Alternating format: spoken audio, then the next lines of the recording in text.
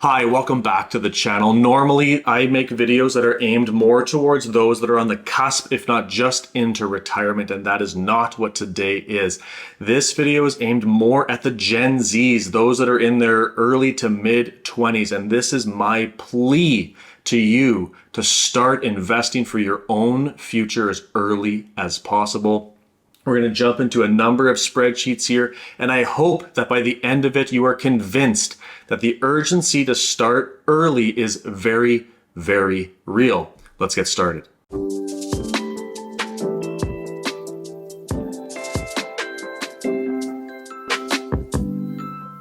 Before I jump into the spreadsheets, I just wanted to make sure I said this as well. I am well aware how hard this video is going to be to hear for the Gen Z generation. I firmly believe your generation will have it harder financially than any other generation before you, millennials included. And when I look out to the future for my kids, the Gen Alpha generation, it is something that I am very, very concerned about. How will my children, who are only 5 and 2 right now, ever be able to afford a home? And it's something that my wife and I are already starting to try to figure out now, 20, 30 years in advance. So I'm well aware this is not going to be an easy video to hear, but without any further delay here, let's get into it. So the first way I'm going to help illustrate why I think starting early is so important is by illustrating the difference that you would have in value at age 65 if you started at different times in your life.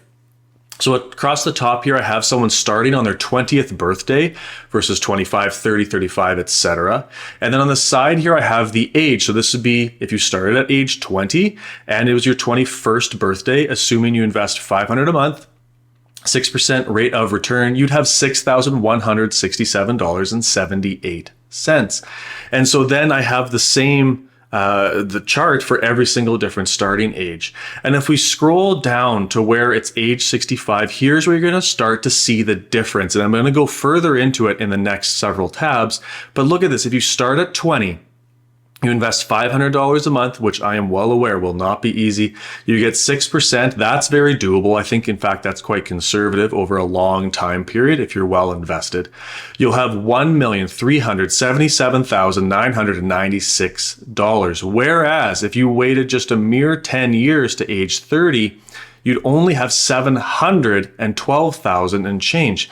It's almost double, despite the fact that it's only a 10-year difference over a 45-year time span. So how is that difference so great?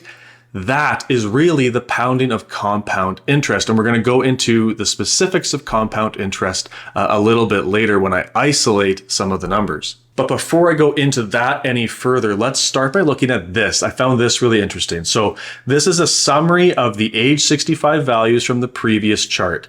Again, you invested $500 a month, you got 6% return, you started at age 20, your value is nearly 0.4 million, so $1.37 million. But what I find really, really interesting is the out-of-pocket money for you if you started at 20 is $270,000 over that entire 45-year span.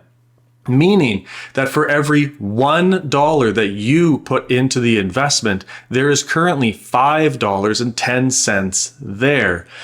Another way of putting that is that 80.41% of this entire value was not put in by you. You only put in 19.6%. The rest came from growth and time in the market. So if you're able to invest in something that has maybe an income or an employer story is matching your income into an account, this will be even better in terms of a ratio of your personal out-of-pocket to the value. But $5.10 created for every $1 that you put in. And if we go down, you can isolate and see that ratio plummets the more that you wait. If you start at 50 to try to retire at 65, you have put in 90,000 and you have 145,000, meaning that you have only created $1.62 per dollar that you've put in, or 38% is from the growth. The remaining 60.19% came from you. You want to be in a world where over half of the value of your account is created by growth. That takes time. Unless you happen to hit the right stock at the right time, if you happen to hit GameStop right before the whole GameStop thing happened, great. You've completely blown all of these analysis out of the water. But for those of you who are not doing that and need a reliable way to become a millionaire before you retire, start early.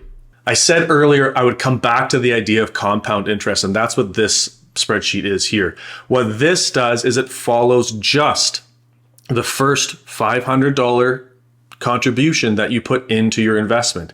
So the $500 you put in on your 20th birthday, okay? After the first year, you're 21, it's now your 21st birthday. It's now worth $530, again, assuming 6% interest rate, which, by the way, you'll never get 6% consistently. So this is not true to life, right? The average being 6 makes sense, but consistent like this will never happen. But it's grown to 530 over the course of 1 year, meaning that your growth in that year was $30, and cumulatively the growth is $30. Not very exciting, right? It's just 1 year. And what happens with compound interest, and I see a lot of roadblocks when I speak with younger clients, is they get really frustrated. Even if you understand the concept of compound interest and you get to, let's say my age, I'm 36, I put in, let's say, the $500, and in that year, it's growing by $67. Like, it's not like super exciting because compound interest takes time. I have lots of times in my professional history where I've had people say, oh, compound interest never happens, but I know they're only 8 to 10 years into the process, because look what happens when you wait and are patient. In the last, let's just isolate the last 3 years, the investment return, you haven't put anything else in here in this scenario. The investment return has brought you an additional $350, an additional $367, and an additional $390. That's almost what you put in to the investment 44 years ago. It's bringing almost that same amount to you. And cumulatively, that is now up to $6,382 of growth on your original 500. Time is your best friend when it comes to compound interest. Again, you're 6 years in here, it's grown by $200, not exciting. When you're here and you're looking at an account and say, wait, I only put in $500 and it's worth $3,000. So that is when it starts to get really exciting, but you do have to do it consistently and you have to give it time. Time to take it one step further. Okay, we've seen this part of the chart before. Again, you started at 20, you invested all the way, you have $1.4 million. But how much can you actually pull out of that amount? Because we need to get the full picture, right? And so if we're assuming a life expectancy of age 90, I did the calculation with the same return expectation of 6%. Now, in reality, you may lower your risk tolerance when you get to the retirement stage. I don't like it when people are too conservative in retirement. So 6% is still reasonable. When I'm actually building a projection in my software, I don't actually use returns this high just because I want to create an ecosystem that's a lot more conservative, but I wanted to kind of not focus too much on the return. I want to isolate kind of the numbers themselves. Anyways, I've done the calculation, meaning that on $1.37 million, if you have the life expectancy of 25 additional years, you can pull $8,878.45 out per month. That's $106,541.40 per year, meaning that the value by the time your 66th birthday rolls around, assuming you start these withdrawals on your 65th birthday, will be down to $1.353 million because there's growth happening on what you haven't taken out. Meaning that by the time you actually get to age 90, you're going to be looking at a balance of negative 34 cents. Let's just call that zero. But most importantly, if we look here, the cumulative withdrawal, because you started with 1.3 million by the time you turn 65, but you withdraw a lot more than that because the growth protects how much you're pulling out over time. Meaning that over the entire 25-year period, your withdrawals have been 2.6 million. Let's just say the full number there. It's $2,663,535, I guess minus this 35 cents. Meaning that the true ratio of what you would have taken out versus what you would have put in is not just the $5.10 that I said earlier, but it's actually $9.86. You put in $270,000. You pulled out $2,663,535 because you waited, you started early, you were patient, and you invested in quality, diversified investments. That's nearly a 1,000% return coming into your pocket versus what came out of your pocket in the first place.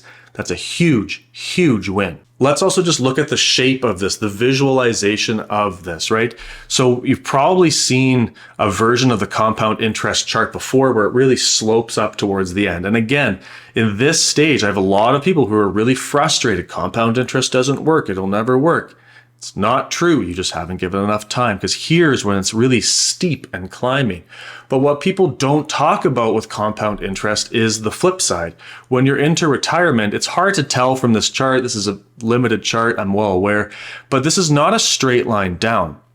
This is a curved line, because in these years, when you're taking 100,000, there's also $50,000, $60,000 of growth happening, meaning that the value itself is not dropping at $100,000 a year. It's dropping at a smaller fraction until you get to the later years. So again, just another visual representation of what you're looking at.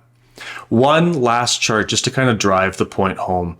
If your goal is $1 million by age 65, if your return expectation is 6%, how much do you actually need to be investing on a monthly basis starting at 20, 25, etc.? Here are the numbers. It's actually less than the 500 that I was talking about. It's $362.85 if you're 20 today.